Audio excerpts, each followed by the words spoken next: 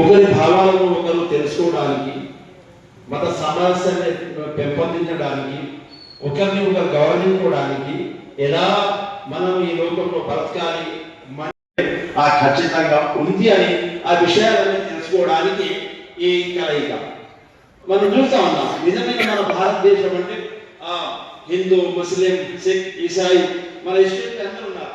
మన పాస్టర్ గారు ఉన్నారు, మన పండిత్ గారు ఉన్నారు, మన అశోక్ కుమార్ గారు ఉన్నారు, మన జమాత్ ఇస్లామీ సభ్యులు ఉన్నారు. మా సిక్ మత గురువు కూడా పిలిచి నుండి ఆయన ఏ కారణం వల్లనో రాలేకపోయారు అనుకోండి.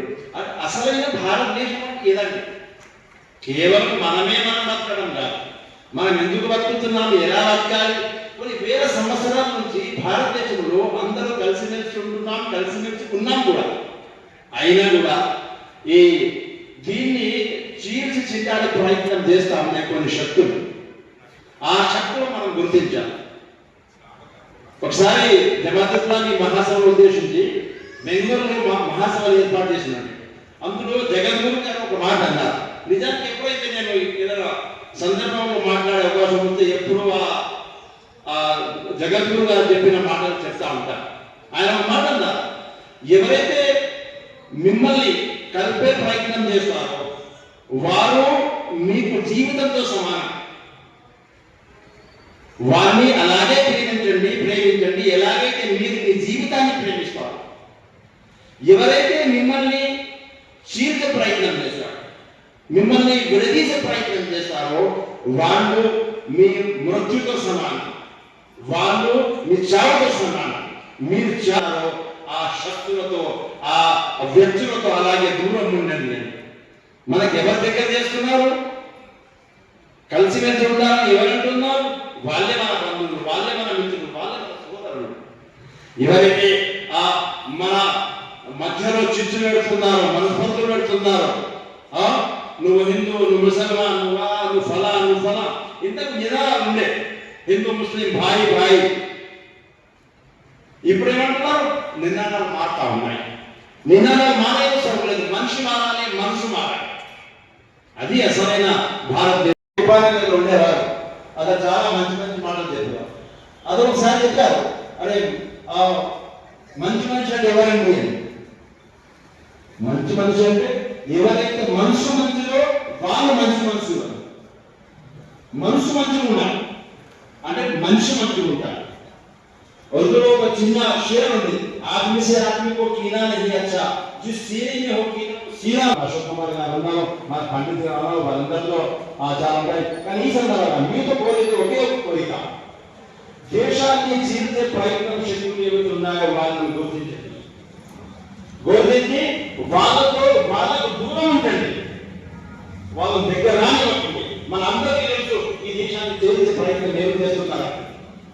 సెక్యులర్ శక్తులు ముందుకొచ్చి అవసరం ఉన్నది, చాలా ఎస్సీ ఎస్టీ సంఘనాయకత్వంలో రాష్ట్ర స్థాయిలో వెస్టర్న్ మాస్టర్ గా, మరి రాష్ట్ర స్థాయి నాయకులుగా త్వరలో వారు అడిషనల్ డైరెక్టర్ నాన్నగా ప్రేమాదులు సందర్భంలో జ్ఞాపకం చేసుకుందాం. గౌరవనీయులు మరి శ్రీ సత్యనారాయణ గారు ఎప్పుడు కూడా ఉండాలని, అందరినీ హిందువులను, క్రైస్తవులని, తర్వాత ఇస్లాం ముస్లింలను అందరినీ ఒక దగ్గరికి తీసుకురావడం చాలా సంతోషం. ఈ మతపరమైన ఈ కార్యక్రమాలు జరగడం చాలా మంచి పని అందరం. ఎందుకంటే వ్యక్తిగతంగా మనం ఏది కూడా సాధించలేము, ఒక సమిష్టిగా అందరం సాధించగలుగుతాం. ప్రతి మతంలో కూడా సుఖము, శాంతి, ఆనందము, ప్రేమ ఈ 4 బిడ్డలు ఉంటే ఖచ్చితంగా జీవితంలో అంతకంటే మించి ఏమీ లేదు. అందుకొరకు వాటిని సాధించడానికి ప్రతి ఒక్కరు కృషి చేయాలి. ప్రధానంగా మన మత గ్రంథాలు, మన జీవన విధానం, మన ఆదర్శం అంటే మానవుడు ఏ విధంగా జీవించాలి, కుటుంబంలో ఏ విధంగా ఉండాలి, సమాజంలో ఏ విధంగా ఉండాలి, దేశంలో ఏ విధంగా బోధిస్తుంది. కాబట్టి కనీసం ఎవరైనా సరే రోజుకి కనీసం 1 గంట, హిందువులైతే భగవద్గీతను, ముస్లింలైతే ఖురాన్, క్రైస్తవులైతే బైబిల్ని ఖచ్చితంగా 1 గంట సేపు అన్న దాన్ని చదివినట్లయితే కేవలం చదవడమే కాదు, ఏదైతే మనం ఆలోచిస్తామో అదే బోధించాలి, తర్వాత అదే ఆచరణలో తీసుకురావాలంటే నిర్వహించిన మరి జమాత్ ఇస్లాంకు థ్యాంక్స్ చెప్తూ ఒక చిన్న ఇంతకుముందు నేను ఒక షేర్ చెప్పాను, దాన్ని కొంత భాగం చెప్పదలుచుకున్నాను. मिली थी जिंदगी किसी के काम करने के लिए, पर वक्त बीत रहा है कागज के टुकड़े कमाने के लिए. क्या करेगा इतना पैसा कमाकर, ना कफन में जेबें ना कफन में अलमारी. నా చిన్న ఉపన్యాసాన్ని ముగిస్తున్నాను. జై భారత్.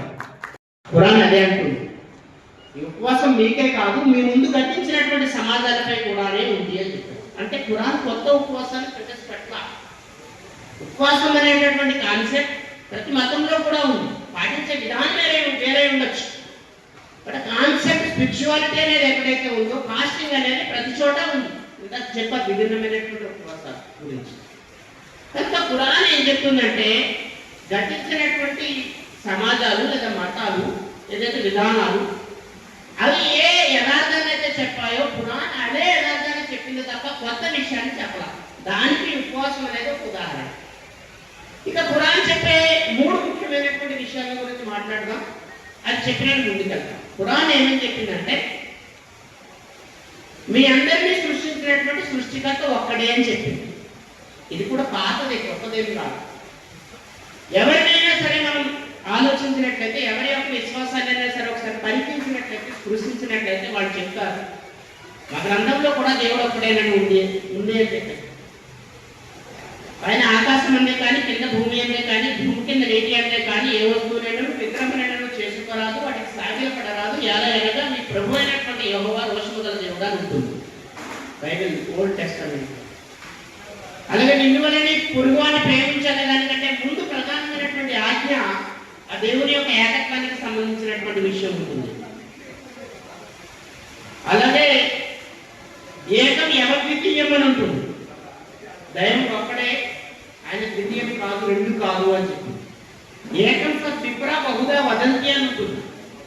ఆయన ఒక్కడే కానీ ఆయన విప్రుడు అనేకమైనటువంటిగా చెప్తారు అంటే, అంటే అనేకమైన భాషల్లో ఆయన గురించి చెప్తారు అని చెప్పి పరిచయం చేస్తారు. ఆయన ఎలా దైవాన్ని ముస్లింలు అల్లా అంటారు, క్రైస్తవ మిత్రులు యెహోవా అంటారు, హిందూ మిత్రులు సర్వేశ్వరుడు అంటారు. ఇవన్నీ కూడా టెక్స్చువల్ లాంగ్వేజెస్ అన్నమాట.